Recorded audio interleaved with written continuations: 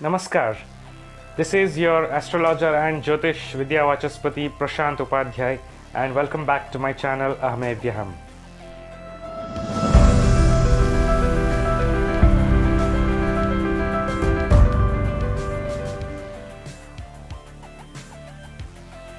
Hope you guys have already seen part 1 of 2023 predictions. This is part 2 in the series. We'll be covering annual predictions and the difference between the traditional method of prediction and my new and unorthodox method of prediction.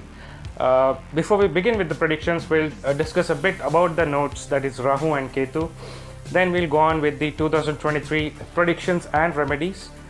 And in part 1 of the series, we'll be covering from Aries to Virgo, that is Mesh to Kanya, and in part 2 we'll be covering Libra to Pisces, that is Tula to Meena.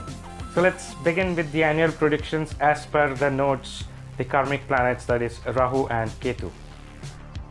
So before we begin with our annual predictions, let us try to understand how the traditional method of prediction is done. It is done using the Gochara or transit of the major planets, that is Saturn, Jupiter, Rahu and Ketu. Saturn takes roughly about 29 to 30 years to cover the entire zodiac, the 360 degrees of the zodiac. Jupiter takes roughly about 12 to 13 months. Rahu and Ketu, they take about 18 years to cover the entire zodiac of 360 degrees. So all of these are really slow moving planets compared to the other, that is Sun, Moon, Mars, Mercury, Venus. So their transit or Gochara gives us specific clues and indications of what could happen. So in the traditional method, the Gochara of all these planets is considered, and sometimes a Tithi Pravesha or a Varshafal chart is calculated, that is the position of the planets during the beginning of a particular time, say for example a new year. And when I'm referring to new year, I'm talking about the Hindu New Year as per the Vedic calendar, ephemeris or Panchang, so which usually occurs around March or April every year. This time it's going to be on 22nd March 2023. And there are certain astrologers who bend the rules and kind of consider 1st January of every year as a New Year chart as per the English calendar. It may or may not work, so I don't rely on that. But these are the traditional methods of predicting, giving out annual forecasts of predictions, where these predictions arrived at through the transit are juxtaposed with the running dasha as per your birth chart and the certain yogas or combinations in your horoscope. Now that's the traditional approach. What I have come up here is with a very new and unorthodox method, where I'll be considering the Gochara or the transit of the nodes only, that is Rahu, Ketu, North Node, South Node, Dragon's Head, Dragon's Tail. That's it, Rahu and Ketu, leaving aside all the other 7 planets.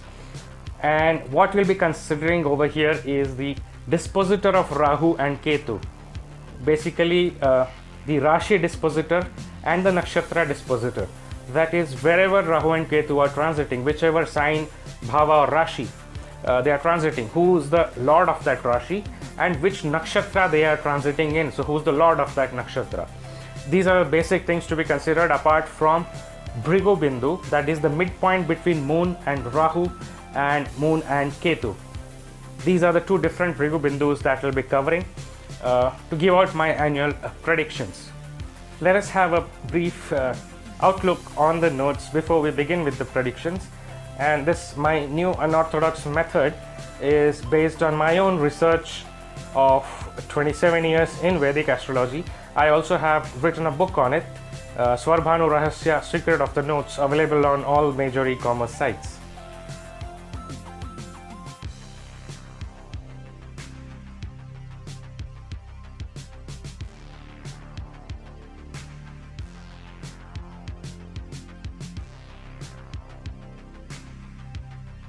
Let us focus on certain nuances of Rahu and Ketu. as opposed to what has been painted by other astrologers. I don't deny what has been written in our classical texts and literature on Vedic Jyotish, but there has been too much emphasis laid out by most astrologers to kind of paint a particular picture for Rahu and a different one for Ketu, whereas the reality is otherwise. So let's begin with trying to understand the nuances about it. The nodes, they represent Dvaita or duality principle in nature. That is, it's a very deep philosophical thought where one cannot exist without the another. They can both oppose each other or they can be complementary, depends on the specific subject matter at hand. Now, for example, to put it simply, the whole world is about give and take. Somebody has to give something and somebody has to take something, and it is cyclical in nature. So it's not like one is always giving and the other is always taking. Whoever is taken so far also has to give, and the one who's been giving has to take something. So it's kind of interconnected, cyclical in nature. So let's try to brush aside few of the misconceptions of Rahu and Ketu. What most people, when they discuss about the nodes, they try to portray a picture as if Rahu is the taker, kind of the one who snatches things away, and Ketu is the giver, that is the one who gives out things. That is in terms of the material pursuits. So let us look at two different examples. One is the diya and bati, that is the flame and the wick. Now, in this case, the flame, which is basically fire, is represented by Rahu, that is the north node, and the wick, the wick on which the flame rests, is represented by Ketu. Now, in this particular example, what is actually happening? The flame is taking out oxygen from the environment for its own survival. So here Rahu is the taker, and the wick, that is represented by Ketu, is the giver. So the wick is burning itself out. It is the igniting material. So it is burning itself out so that the flame can survive or exist. So in this example, obviously Rahu is the taker and Ketu is the giver. Now consider another example where there are two different plants. One is banana, one is bamboo. Now in this case, banana is represented by Ketu. And what does banana do? Banana, if you are aware of agriculture and plantations, banana is such a plant which consumes hell loads of water in order to grow and give the output of banana fruit, right? So here, even though banana represents Ketu, it is the taker. It is taking too much of water from the nature for its own survival. Whereas bamboo, bamboo, mind you, is not a tree or a plant.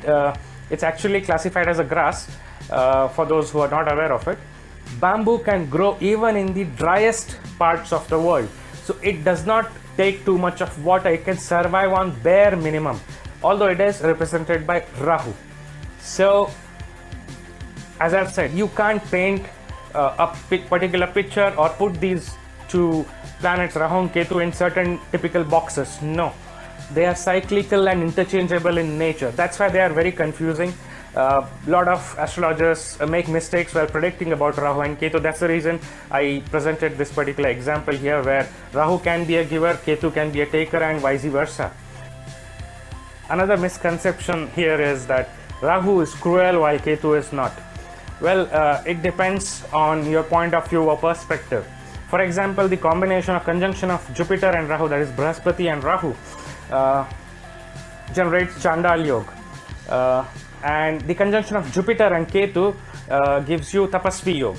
Now, from the spiritual point of view, Tapasvi Yoga is a very good yoga because Jupiter plus Ketu gives you a sense of renunciation and a non-materialistic outlook to life, whereas Jupiter and Rahu is good in terms of materialistic benefits.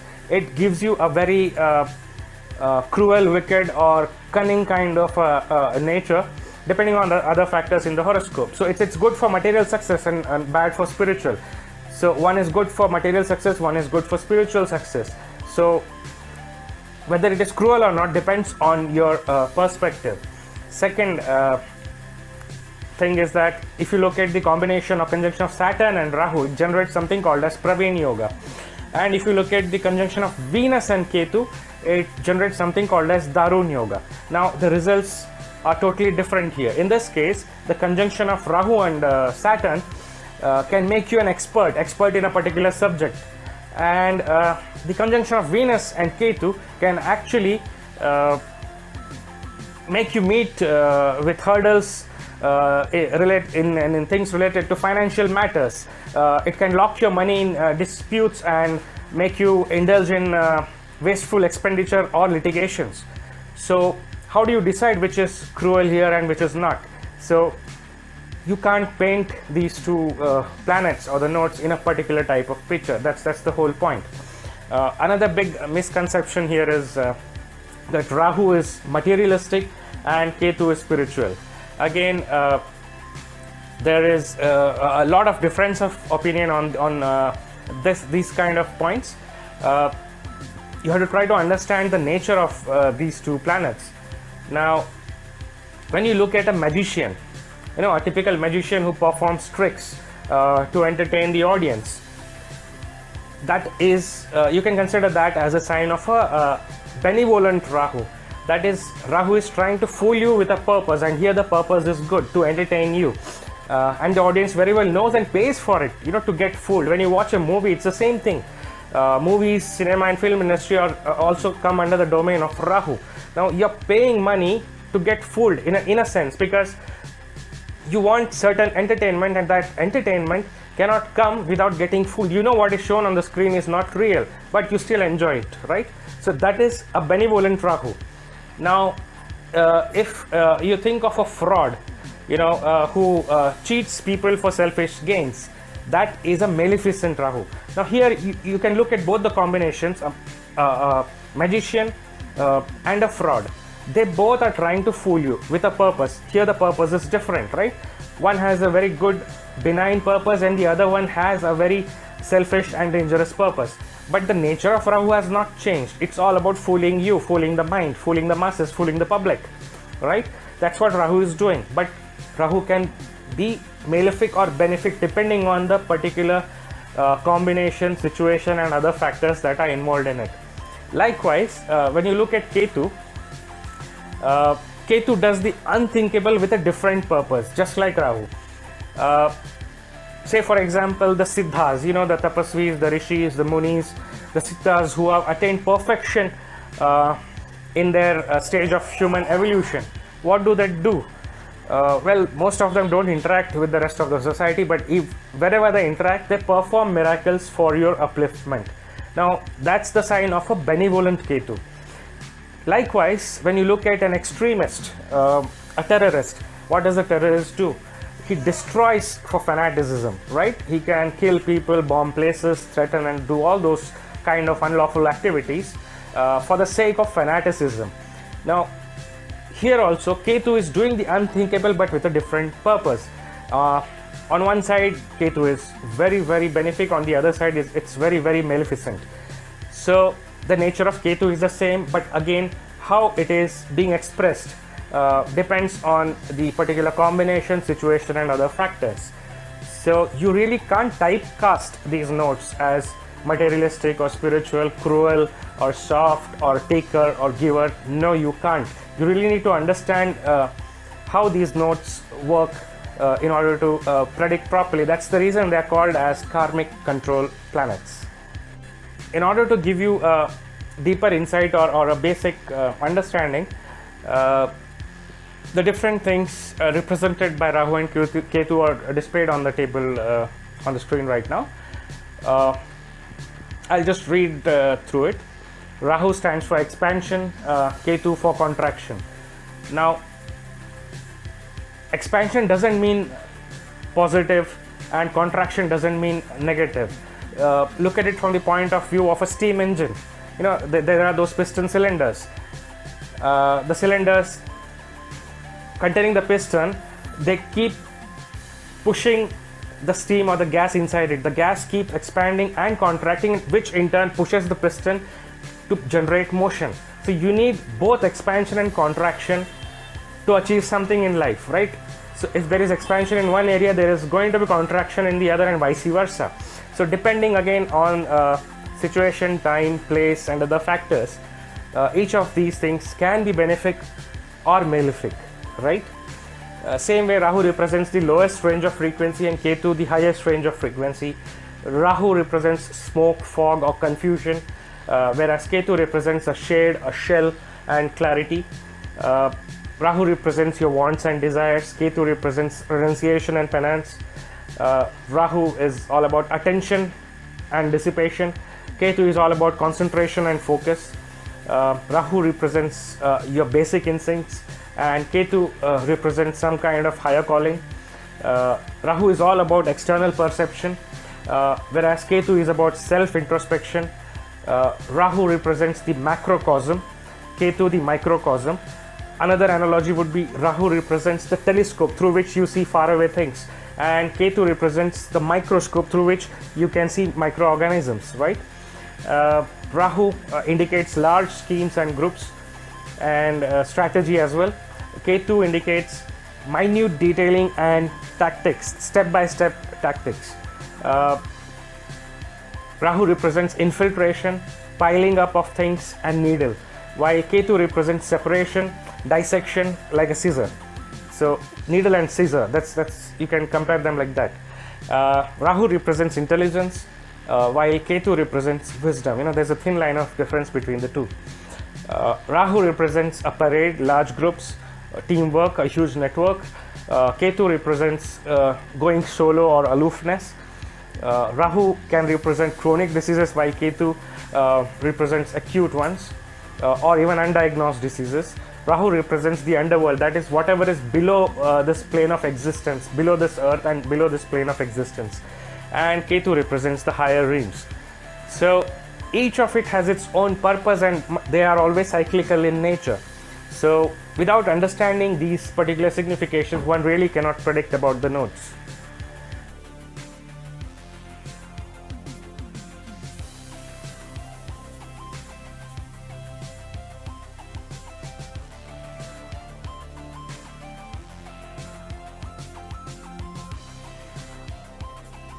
If you have seen my previous videos in the Vedic Light series, you know that I repeat this each time. Remedies of Rahu Ketu done for the sake of remedy do not work, because they are the karmic control planets, and karma needs to be aligned or redeemed to get real tangible benefits or results. Hence, generic remedies may not yield results. Specific remedies are needed as per the individual natal horoscope. Let me give you a simple example. Like if you have already made preparations, like having an extra storage of water, or placing fire extinguishers around your place, that is going to help you when you're faced with a real fire incident, right? When something catches fire, if you have an extinguisher, you can utilize it to extinguish the fire, or if you have large amounts of storage of water, you can do that.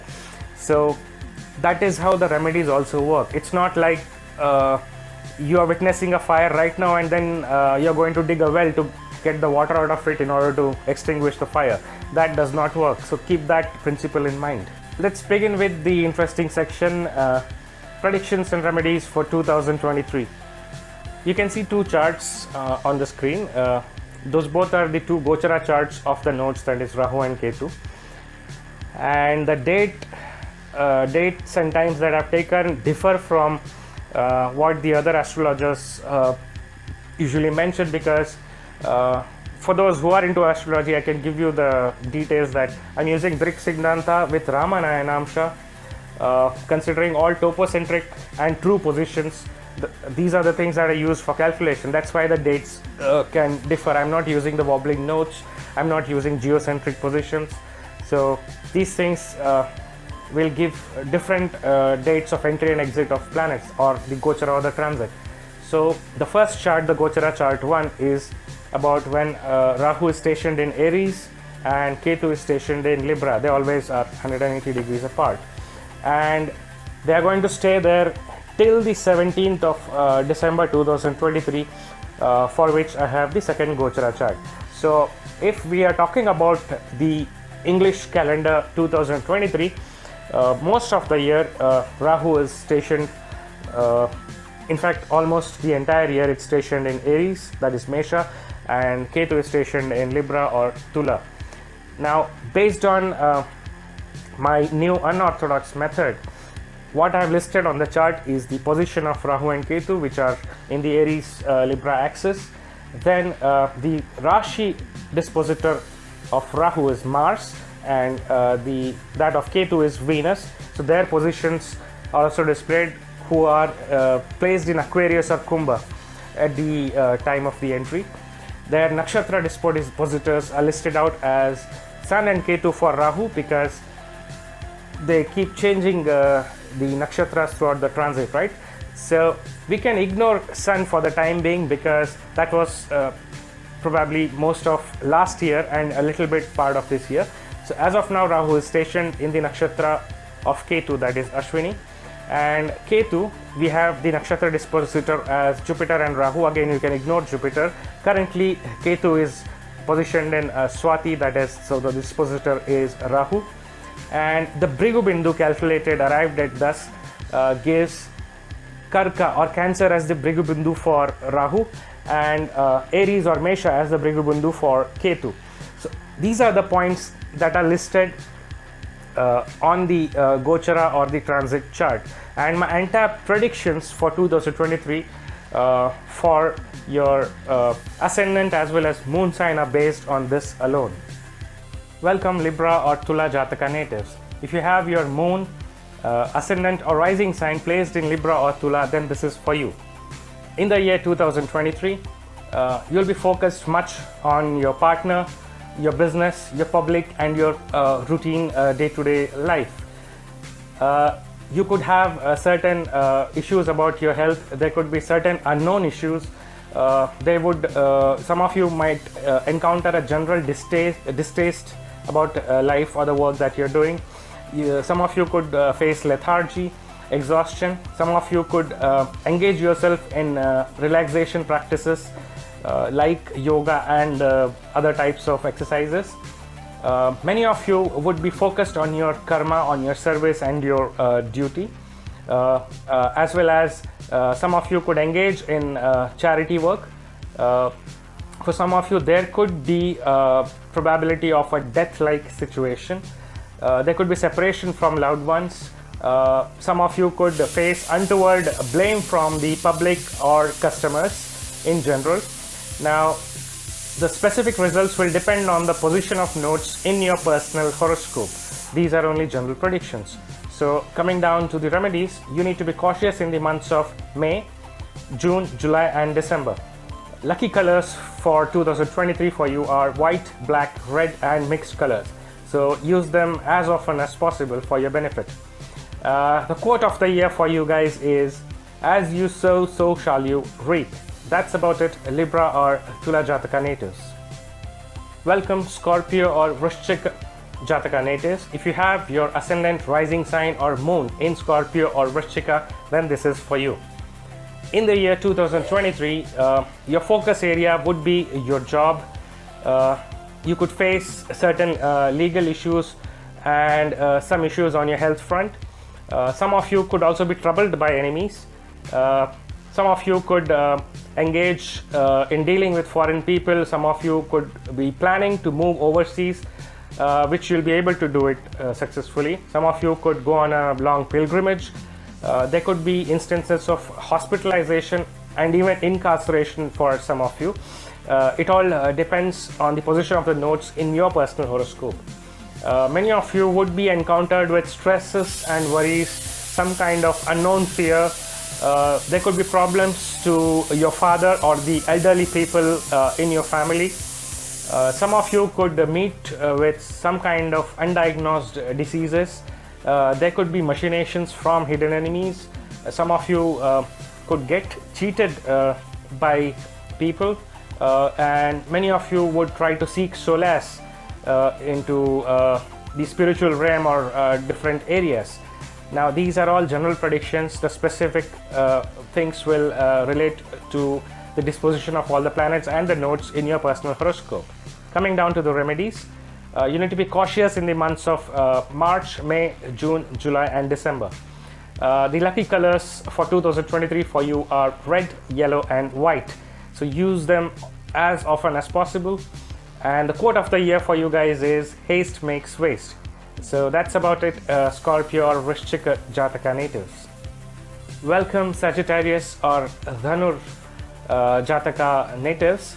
If you have your ascendant, rising sign or moon in Sagittarius or Dhanu, then this is for you. The year 2023, your focus areas would be all about children, neighbors, work environment, love life. For many of you, there could be a lot of confusion also in these areas. Many of you can actually plan to tie the knot. Many of you would be planning higher education for your kids. There could be a certain amount of minor issues with your neighbors. Some of the other focus areas for you are there could be certain profit in business for some of you. There could be a promotion at job.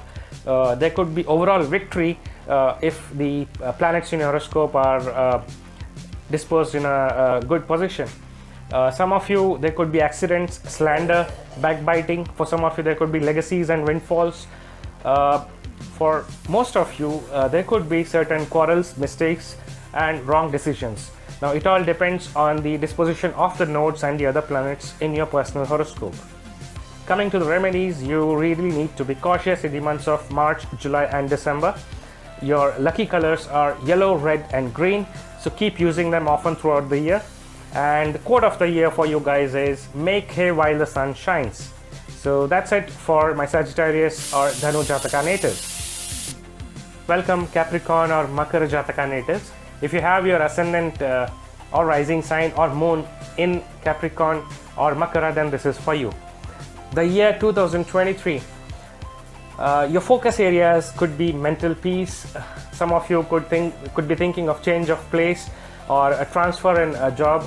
Many of you would face a certain kind of lack of support and even loss of property. There could be some issues in dealings of immovable assets. Some of you could be facing hurdles every now and then. Many of you would reap the benefits of pending karma. It may be good or bad depending on the position of the nodes in your personal horoscope. Many of you would be performing religious rites. Some of you could be separated from your loved ones.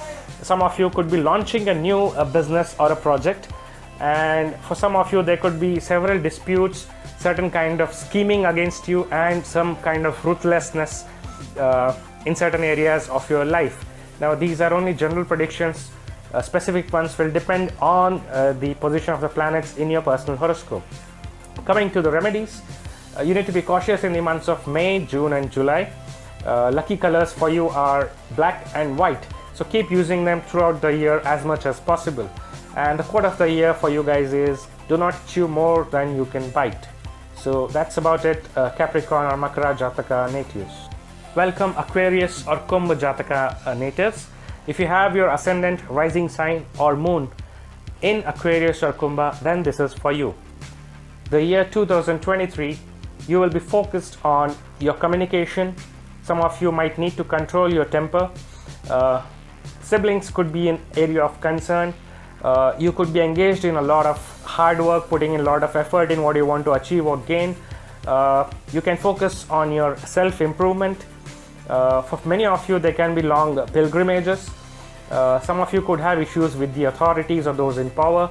Many of you could be receiving awards or reaping the benefits of your past karma. Some of you will be able to clear all your debts, take proper medication for your diseases and win over your detractors. Some of you could land a new job. Some of you could successfully expand your business or area of operation. Many of you would be reaping your results of your past karma. Some of you could achieve something in writing. or through creative pursuits.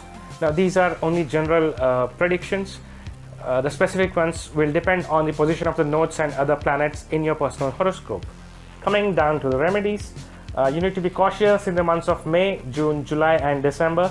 The lucky colors for you for this year 2023 are black, green and orange. So keep using them often as and when you need it. And the quote of the year for you is perseverance pays perpetually. That's it, Aquarius or Kumbha Jataka natives. Welcome Pisces or Meena Jataka natives. If you have your ascendant, rising sign or moon in Pisces or Meena, then this is for you. What does the year 2023 bring for you? Your focus areas would be your family, finances. Many of you could be thinking of relocating to a new place or at least going for a short vacation. For some of you, there could be certain hidden dangers and certain events that are kind of unpredictable. For many of you, the focus area would be your children. Some of you could meet with loss in speculation, so be careful if you are investing in shares, stocks or such areas. Some of you could face bereavement. For many of you, there could be events or issues related to food poisoning, so be very careful of your intake throughout the year. Some of you could also face certain theft at your place of residence or even while traveling. Now these are only general indications. The specific ones will depend on the position of the nodes and the other planets in your personal horoscope. Coming down to the remedies, you really need to be cautious in the months of February, July and December. The lucky colors for 2023 are yellow, white and green, so keep using them as often as possible. And the quote of the year for you guys is fate and free will are two sides of the same coin. So that's about it for Pisces or Meena Jataka natives. So friends, I believe you enjoyed this entire video, and I hope I have been able to provide some kind of guidance for your personal life and your goals for the year 2023. Stay tuned and keep watching Ahamevyaham. Take care. Ciao.